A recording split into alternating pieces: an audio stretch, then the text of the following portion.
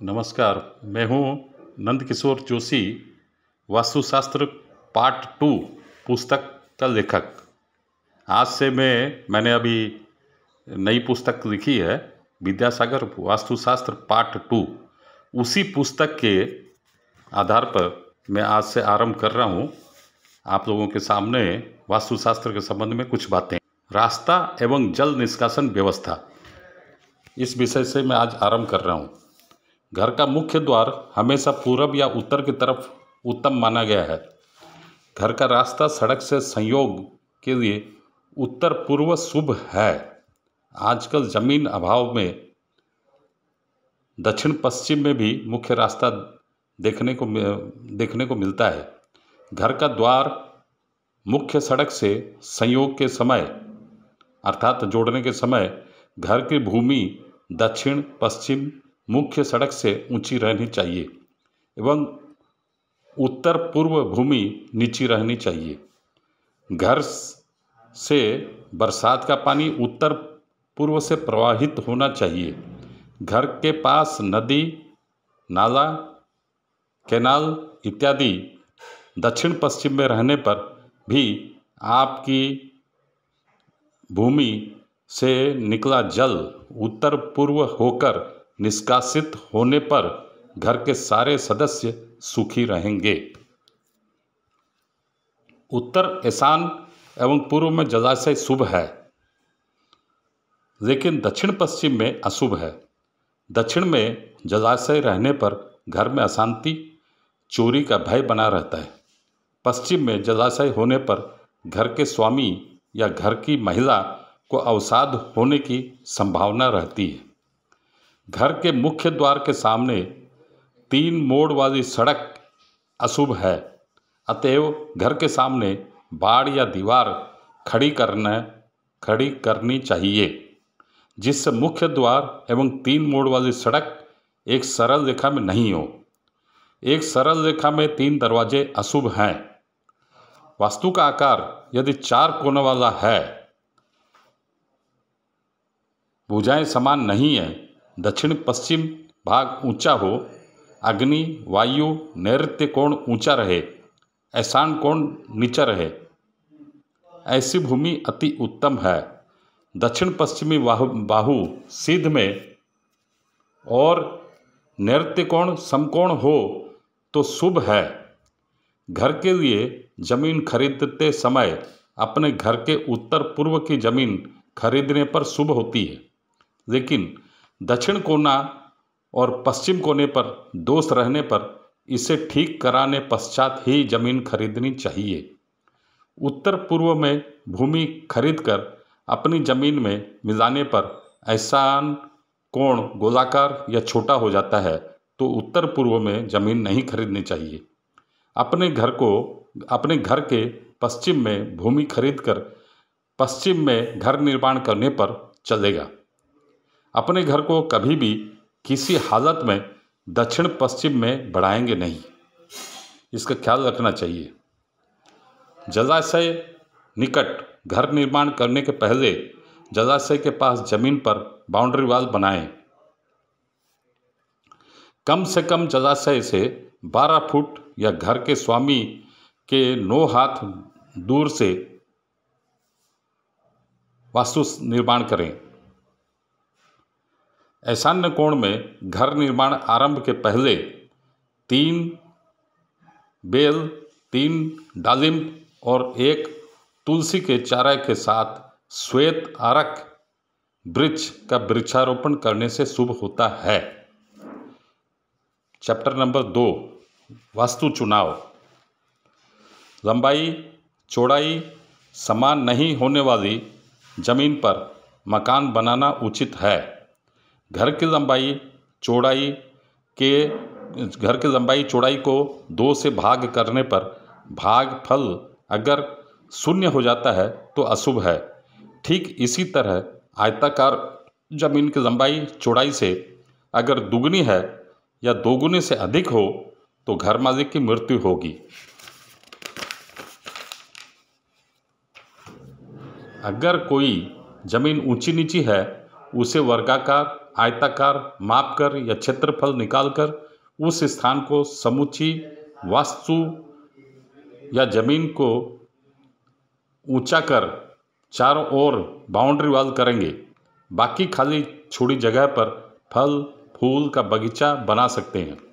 यहाँ अशुभ अंश को अलग कर दिए जाने के कारण कोई वास्तु दोष नहीं रहेगा। चैप्टर नंबर 3, घर का गेस्ट रूम। घर में गेस्ट रूम की एक अलग पहचान रहती है। अतिथियों के स्वागत सत्कार के हिसाब से वहाँ साजो सामान रखना चाहिए। इससे अतिथि कंफर्टेबल महसूस करेगा, इसलिए कुछ खास बातों पर ध्यान देना उचित है।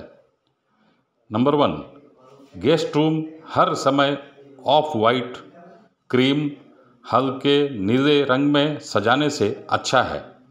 प्रायः अतिथि दूर यात्रा कर थकान कर आते हैं, अतएव हल्के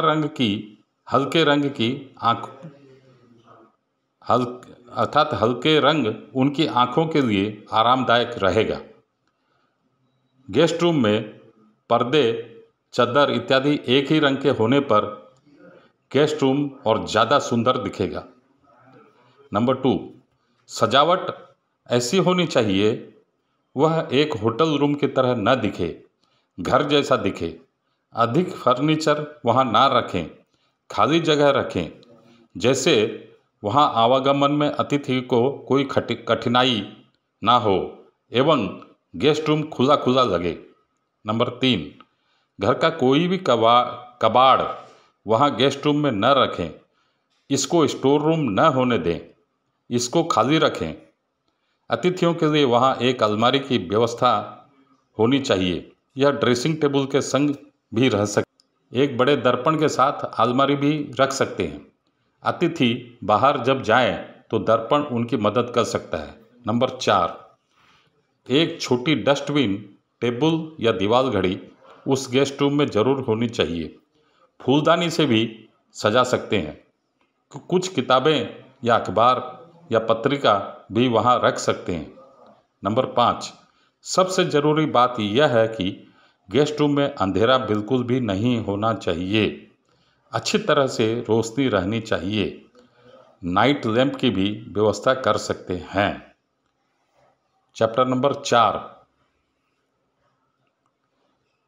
ऐसा कीजिए कि रसोई में आराम लगेगा। गर्मी में रसोई घर में काम करना महिलाओं का बड़ा ही तकलीफदायक काम होता है। कुछ साधारण सी बातों को अगर ध्यान देंगे तो रसोई घर आरामदायक लग सकता है। नंबर 1, रसोई घर की दीवारों को हल्का रंग दीजिए। सफ़ेद, हल्का हरा या हल्का नीला आदि रंग आप दे सकते हैं। नंबर 2, रसोई घर में अगर जगह हो तो एक छोटी बालकोनी की जगह आप निकाल सकते हैं। एक तरफ छोटे छोटे पौधे भी आप लगा सकते हैं। इसके द्वारा घर सुंदर दिखने के साथ साथ ठंडा भी लगेगा एवं ताज़ा धनिया पत्र, पुदीना पत्र आपको सहजता से मिल सकेगा। नंबर 3, छूंक देने के समय सबसे ज़्यादा गर्म का एहसास होता है, धुआं निकलती है। इससे मुक्ति पाने के लिए रसोई घर की खिड़कियां खोल दें। खिड़कियां न हो तो चिमनी भी आप लगा सकते हैं। इससे रसोई घर के सारी गर्म बाहर चली जाएगी। नंबर 4, रसोई घर की खिड़की में कूलर या एग्जॉस्ट फैन लगा सकते हैं। इससे गर्मी का एहसास कम होगा। नंबर 5, कई लोग रसोई घर में डाइनिंग टेबल, फ्रिज रखते हैं। गर्मी में इन्हें बाहर कर दीजिए। रसोई घर खुला खुला और ठंडा लगेगा। अब नंबर 5 पर आ रहा हूँ, नए चैप्टर पर। वास्तुशास्त्र में इस चैप्टर का नाम है वास्तुशास्त्र में जल का स्थान। ईशान कोण में जल की स्थिति रहने पर घर में पुत्र संतान की प्राप्ति होती है। लड़कियां चरित्रवान होती हैं। पिता माता का घर में सम्मान प्राप्त होता है। ऐसी स्थिति में वह घर एक आदर्श घर बन जाता है। केवल उत्तर दिशा में जलाशय, कुआं, चापाकल, खोदने पर सारे सुखों की प्राप्ति होती है। ठीक ईशान कोण में जलाशय, कुआं या चापाकल नहीं खुदवाकर उत्तर दिशा में करना चाहिए। यदि घर के दक्षिण पश्चिम कोण में जलाशय या तालाब रहने पर घर के मालिक की मत्ती मारी जाती है। ईशान कोण में यदि सीढ़ी के साथ पायखाना हो एवं जल की स्थिति दक्षिण में हो तो कैंसर रोग का कारण हो सकता है एवं घर में संतान हानि का कारण भी हो सकता है। ईशान कोण में अगर घर का दूषित जल का जमावड़ा होता है तब घर में स्वास्थ्य हानि हो सकती है। अतः ईशान कोण में सीढ़ी, पायखाना या पायखाने की टंकी कभी न बनावें। छत के दक्षिण पश्चिम कोने या नैऋत्य कोण में जल की टंकी बैठाना चाहिए।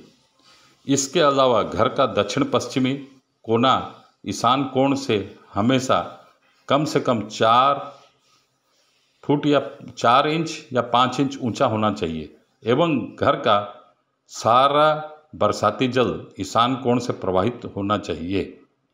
तालाब, नदी, मंदिर, यज्ञ मंडप आदि घर से थोड़ी दूर पर हो तो अच्छा है। अनेक वास्तुविदों के मतानुसार घर की छांव से थोड़ी दूरी पर कुआं या चापाकल की खुदाई करानी चाहिए। तालाब, जलाशय, कुआं, चापाकल घर से अगर 100 फीट की दूरी पर रहे तब भी हानिकारक नहीं है। नंबर 6, नूतन में अब नए चैप्टर पर आ रहा हूँ। 6ठे चैप्टर पर नूतन भूमि में गृह निर्माण नियम। घर के निर्माण के पहले भूमि चयन, भूमि शोधन होना जरूरी है। बाउंड्री वॉल बनाते समय ईशान कोण की दीवार दक्षिण पश्चिम दीवार की तुलना में नीची होनी चाहिए। दक्षिण पश्चिम की दीवार ऊंची और मोटी होनी चाहिए। उत्तर पूर्व यानी ईशान दिशा की दीवार पतली और नीची होनी चाहिए। घर का गेट पूर्व या उत्तर दिशा में सबसे अच्छा है। दक्षिण में मध्यम है और पश्चिम में निम्न फलदायक होता है। उत्तर पूर्व में सड़क वाली भूमि सर्वोत्कृष्ट होने के कारण वही जमीन सबसे पहले खरीद करनी चाहिए। घर के प्रत्येक दिशा को 9 भागों में बांटकर प्रवेश द्वार निर्णय करना चाहिए। जैसे पूर्व दिशा में 4 या 5वें भाग में, दक्षिण दिशा में 11वें, 11, 12, 13 भाग में, पश्चिम दिशा में 20, 21 भाग में और उत्तर दिशा में 27, 28, 29 भाग में मुख्य द्वार करने पर शुभ होता है। घर के छत की ढलान उत्तर पूर्व ईशान कोण में होनी चाहिए। कुआं, चापाकल, अंडरग्राउंड वाटर टैंक उत्तर पूर्व या ईशान कोण में करना चाहिए। घर का बरामदा हमेशा उत्तर पूर्व में शुभ होता है। घर की कोनी उत्तर या पूरब की तरफ होनी शुभ है। खिड़कियां उत्तर पूरब या दक्षिण दिशा में शुभ मानी जाती है। पश्चिम की खिड़की शुभकारी नहीं है। घर के पायखाना की टंकी वायु कोण यानी उत्तर पश्चिम में होनी शुभ है। डुप्लेक्स निर्माण करने पर दक्षिण पश्चिम में घर बनाकर उत्तर पूर्व को खाली रखना चाहिए। घर के दरवाजे पर 2 कलशों के चित्र स्वास्तिक चित्र शुभकारी हैं। घर के सामने बिजली का खंभा, मरा हुआ पौधा या सूखी लकड़ी नहीं रहनी चाहिए। घर में कोई जंग लगी हुई लोहे की चीज़ नहीं रहनी चाहिए। इससे नकारात्मक ऊर्जा आती है।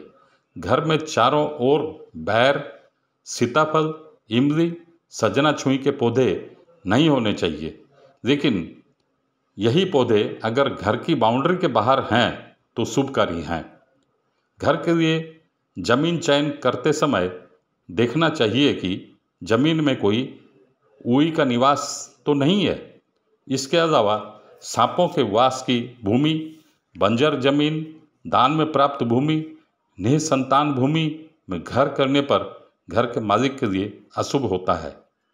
घर के अंदर युद्ध का चित्र होने से अशुभ होता है परिवार में। Thank you. Have a good day. Have a good